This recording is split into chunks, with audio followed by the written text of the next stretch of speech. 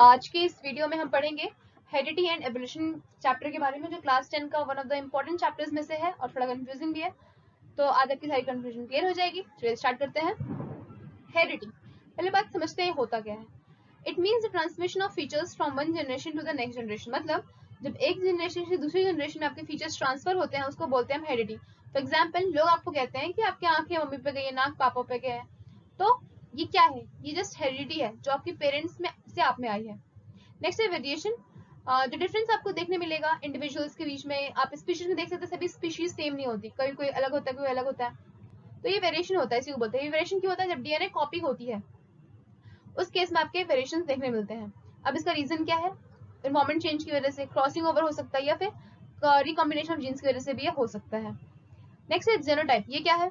जो complete set है jeans का किसी भी ऑर्गेनिज्म में, इसको कहते हैं जीनोटाइप। फॉर एग्जांपल, मेल के क्या जीन्स होते हैं एक्स वाई और फीमेल के एक्स एक्स। ठीक है, ये जो आपको सेट दिखाई दे रहा है इसको बोला जाता है जीनोटाइप। ठीक है, नेक्स्ट है phenotype.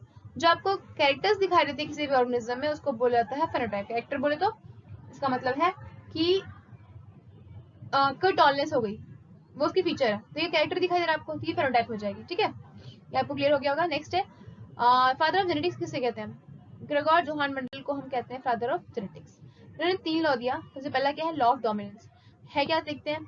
When parents with pure contrasting traits are crossed together, only one form of trait appear in the next generation. मतलब क्या है इसका? देखिए, मैंने ये कैपिटल टी लिया, कैपिटल टी, ये प्योर पेरेंट्स है, और ये स्मॉल टी और स्मॉल टी। यहाँ से मान लीजिए आपका एक यहाँ से आपका आया, ठीक है। अब आप ये ले लीजिए, फिर ये ले लीजिए, आपका हमेशा कैपिटल टी और कैपिटल टी ही आएगा। तो हम ये देख रहे हैं कि सिर्फ एक ही कैपिटल टी है, कैपिटल टी है, कैपिटल टी, और कैपिटल टी आपका डोमिनेंट होता है, मतलब ये आपको अपने आप को प्रेजेंट करता है। तो हम देख रहे हैं चारों के चारों जो प्लांट है, ये वाला भी आपका क्या हो जाए? टी होगा, कैपिटल टी होगा, मतलब कि टॉल होंगे। यही बोला गया है कि जब भी प्योर कॉन्ट्रास्टिंग ट्रेट्स को क्रॉस किया जाएगा सिर्फ आपको एक ही ट्रेट नजर आएगा, इसी को बोलते हैं लॉ ऑफ डिटरमिनेंट। जैसे आप देख सकते हैं यहाँ पे टॉलनेस वाली ट्रेट नजर आ रही है, सभी प्लांट टॉल हुए, तो ये क्या कहलाएगा? Tallness, law of dominance. Next है लॉ ऑफ सेग्रीगेशन। जब भी गैमेट फॉर्मेशन होता है तो हर पेरेंट्स में सिर्फ एक ही गैमेट आता है। फॉर एग्जाम्पल देख लीजिए, मान लीजिए एक्स और एक्स था और एक्स और वाई था, यहाँ से ना सिर्फ एक आएगा। मदर से अगर एक्स आया और फादर से भी एक्स आ गया तो लड़की होती है। फादर से अगर वाई आ गया, मदर से आपके एक्स आ गई तो आपका लड़का होता है। तो आप देख रहे हैं कि सिर्फ एक ही आता है और दोनों एक एक आगे पूरी को कंप्लीट करते हैं ना, तो इसी को कहा जाता है, कहते हैं हम लॉ ऑफ सेग्रीगेशन, जहाँ पे एक ने खुद को अलग कर लिया था दूसरे से। ठीक है, next law of independent assortment. ये क्या था? जो एलील होती है किसी भी गैमेट की, जो वो क्या होती है, वो इन्फ्लुएंस नहीं करती दूसरे जीन को। फॉर एग्जाम्पल कैपिटल टी हमारा, स्मॉल टी, ठीक है, कैपिटल टी स्मॉल टी। जब हम क्रॉस करेंगे तो यहाँ पे कैपिटल टी आएगा, यहाँ से capital T small T, capital T small T, और यहाँ पे स्मॉल टी और स्मॉल टी। ठीक है, तो यहाँ पे देखिए ये जो टॉलनेस वाली है ना, वो इसको ना इन्फ्लुएंस नहीं कर रही है, या फिर जो छोटा वाला है ना, वो बड़े वाले को कोई इन्फ्लुएंस नहीं कर रहा है कि तुम अपने आप को एक्सप्रेस नहीं कर सकते। जैसे ही यहाँ से कैपिटल टी हटता है, छोटा वाला अपने आप को एक्सप्रेस कर देता है। तो यही बोला गया है कि जब एक जीन जो होती है दूसरे को कोई इन्फ्लुएंस नहीं करती, दोनों अपने अपने टाइम पे खुद को एक्सप्रेस करती हैं। इसी को कहते हैं हम लॉ ऑफ इंडिपेंडेंट असॉर्टमेंट। ठीक है, अब मेंडल ने जो है वो आपका पी प्लांट ही क्यों चूज किया? ये क्वेश्चन आपका बहुत बार एग्जाम में पूछता है कि ये मेंडल ने आपका पी प्लांट ही चूज क्यों किया? There is a reason behind that. आप समझ सकते हैं सबसे पहला रीजन क्या है कि इसको गार्डन में ग्रो करना बहुत ईजी है। ठीक है, और दूसरा क्या है? दूसरा है फ्लावर्स होते हैं वो बाइसेक्शुअल होते हैं। बाइसेक्शुअल मतलब उसमें दोनों मेल एंड फीमेल पार्ट्स दोनों प्रेजेंट होते हैं। मेल को हम कहते हैं स्टेमन और फीमेल को हम कहते हैं पिस्टल। ठीक है, सेल्फ पॉलिनेटेड होते हैं, ऑब्वियसली बाइसेक्सुअल सेल्फ पॉलिनेटेड तो होंगे ही। और जो जनरेशन टाइम होता है बी प्लांट का वो काफी आपका लेस होता है। ठीक है, मतलब जल्दी जल्दी फ्लावर्स दे देते हैं और डिजीज से काफी अच्छे रेजिस्टेंट होते हैं। चलिए नेक्स्ट है कैरेक्टर की। अगर हम बात करें फ्लावर कलर, तो ये वॉयलेट कलर डोमिनेंट होता है, व्हाइट आपका रेसिसिव होता है। आपको पता होना चाहिए कौन सा डोमिनेंट है कौन सा रेसिसिव है, that is going to be very important for you. Pod colour की बात की जाए, ग्रीन आपका डोमिनेंट है, येलो आपका रेसिसिव है। सीड कलर की बात की जाए तो येलो आपका डोमिनेंट है, ग्रीन आपका रेसिसिव है। सीड शेप की बात करें, राउंड आपका डोमिनेंट है, रिंकल्ड आपका रेसिसिव है। हाइट की बात करें, टॉल आपका डोमिनेंट है, ये आपका रेसिसिव है। शॉर्ट अगर पॉट शेप की बात करें तो इन्फ्लेटेड आपका डोमिनेंट है और कॉन्स्टेंट आपका रेसिसिव है। ठीक है, ये चीज आपको क्लियर हो गई होगी। नेक्स्ट हम पढ़ेंगे मोनोहाइब्रिड क्रॉस के बारे में। मोनोहाइब्रिड, मोनो मतलब क्या होता है, एक, मतलब हमने यहाँ पे एक ही कैरेक्टर को चूज किया है एक्सपेरिमेंट करने के लिए, और वो क्या है आपकी हाइट। ठीक है, यहाँ पे कैपिटल टी, यहाँ पे आप दोनों सेम देख रहे हैं तो इसको हम कहते हैं होमोजाइगस।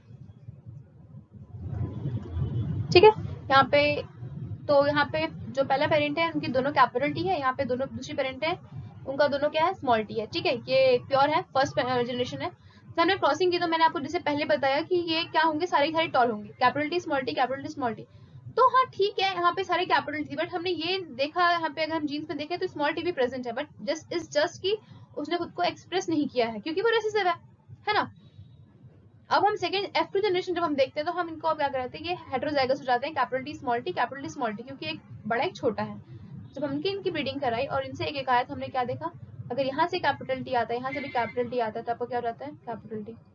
यहाँ से आपकी कैपिटल टी आ गई और यहाँ से स्मॉल टी आ गई, कैपिटल टी स्मॉल टी बन गई। अगर यहाँ से स्मॉल टी आ गई, यहाँ से कैपिटल टी आ गई, तो भी यहाँ पे कैपिटल टी स्मॉल टी बनकर यहाँ से स्मॉल आ गया और यहाँ से भी स्मॉल आ गया, तो छोटी हो गई। तो हमने ये देखा कि अगेन पहला वाला जो है वो होमोजाइगस बन रहा था और बाकी दोनों हेटेरोजाइगस बन रहता है। तो हमने ये देखा कि किस तरीके से यहाँ पे सेकेंड जनरेशन में जो डॉर्फनेस है वो दिखाई दे रही है, इस चीज की वो हिडन होती है, छिपी होती है, बट समय आने पर खुद को एक्सप्रेस कर लेती है। इसमें फेनोटाइपिक रेशियो की अगर हम बात करें तो 3:1 है। फेनोटाइपिक मतलब जब आपको कैरेक्टर्स दिखाई दे रहे हैं तो 3 लंबे हैं इसलिए 3 और एक छोटा इसलिए 1। जीनोटाइपिक मतलब जीन्स कैसे हैं, एक आपका सबसे अलग है इसलिए 1 हो गया, ये दोनों सेम है इसलिए 2 हो गया, और ये अकेला 1 है इसलिए 1 हो गया। समझ आ गई बात आपको? चलिए नेक्स्ट आगे समझते हैं डाइहाइब्रिड क्रॉस। अगला हम पढ़ेंगे डाइहाइब्रिड। डाई मतलब दो, मतलब हम यहाँ पे दो कैरेक्टर्स को ले रहे हैं। पहला कैरेक्टर आपका ले लेते हैं हम राउंड येलो और दूसरा रिंकल्ड ग्रीन। ठीक है, तो जो पहली जनरेशन होगी यहाँ से आपका आया कैपिटल आर और स्मॉल वाई, एक ही आने वाला है, यहाँ से भी स्मॉल और कैपिटल वाई। जब इनकी फ्यूजन हुई तो आपको सारे के सारे जो प्लांट्स मिलेंगे वो क्या मिलेंगे, राउंड एंड येलो। ये आर जो है ये दिखाता है आपकी कौन शेप है, और येलो और ग्रीन दिखाते हैं कलर कौन सी है। ठीक है, अब हमने इन्हीं के बीच दोबारा सेल्फ पॉलिनेशन करवाई तो हमें ये चीज मिलती है। देख रहे हैं आप, ये क्या है, ये कुछ नहीं है। देखिए कैपिटल आर कैपिटल वाई आपको क्या प्रेजेंट करेगा, ये आपको प्रेजेंट करेगा राउंड येलो। ये क्या है, राउंड येलो। ये क्या है, राउंड एंड येलो। ये क्या है, राउंड येलो। ये राउंड येलो। ये round green, round green, round green, round yellow, round yellow, wrinkled yellow, wrinkled yellow, round yellow, round green, wrinkled yellow, wrinkled green. तो यहाँ पे हमने देखा ये जो आपके राउंड एंड येलो 9 है आपके, इसलिए हमने फेनोटाइपिक रेशियो हमारे आएगी 9, और आपके जो दूसरे वाले हैं राउंड और ग्रीन ये आपकी 3 है। उसके बाद अगर रिंकल्ड और येलो आपकी 3 हो जाती है, बट सिर्फ और सिर्फ रिंकल्ड ग्रीन आपकी क्या रहती है, 1 रहती है। इसलिए यहाँ पे फेनोटाइपिक रेशियो 9:3:3:1 हो जाता है। आई थिंक आपको ये चीज क्लियर हो गई होगी। नेक्स्ट आगे पढ़ते हैं सेक्स डिटर्मिनेशन क्या होता है, मतलब कि बच्चे का जेंडर क्या होगा, मेल या फीमेल। ठीक है, देखिए ह्यूमन बीइंग्स तो क्रोमोसोम्स पे डिपेंड करता है, बट कुछ ऐसे ऑर्गेनिजम्स हैं जो टेम्परेचर पे भी इस चीज को छोड़ देते हैं, मतलब टेम्परेचर उनका डिसाइड करता है कि मेल होगा कि फीमेल। फॉर एग्जांपल टर्टल, ठीक है, इनकी टेम्परेचर बताएगी कि मेल होगा या फीमेल होगा। अगर हम ह्यूमन बीइंग की बात करें तो जेनेटिक में हमारे जीन्स पे डिपेंड करता है। ये टोटल 23 पेयर्स होते हैं हमारे क्रोमोसोम से। ठीक है, 22 आपके जो होते हैं वो ऑटोसोम्स होता है और एक आपका सेक्स क्रोमोसोम होता है।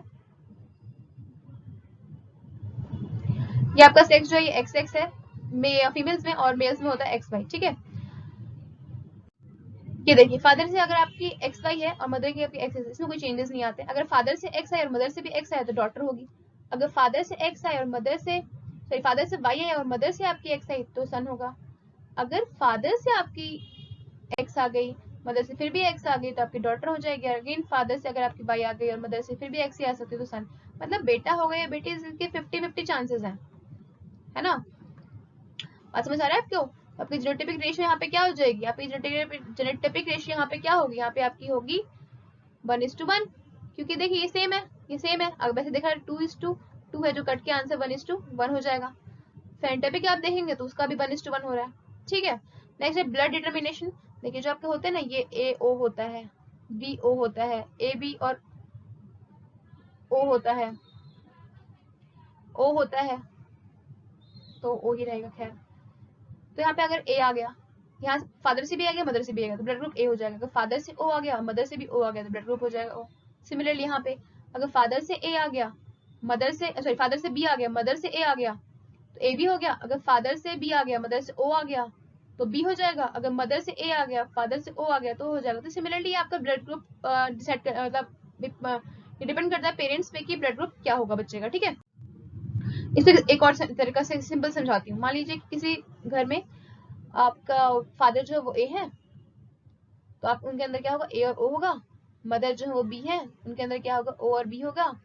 अगर हम इसको करके देखें तो क्या ब्लड ग्रुप आ सकते हैं, आपका ब्लड ग्रुप आ सकता है ए बी, क्योंकि यहाँ से ए आ गया, यहाँ से बी आ गया। अगर यहाँ से ओ आया, यहाँ से बी आया तो बी हो जाएगा, क्योंकि ए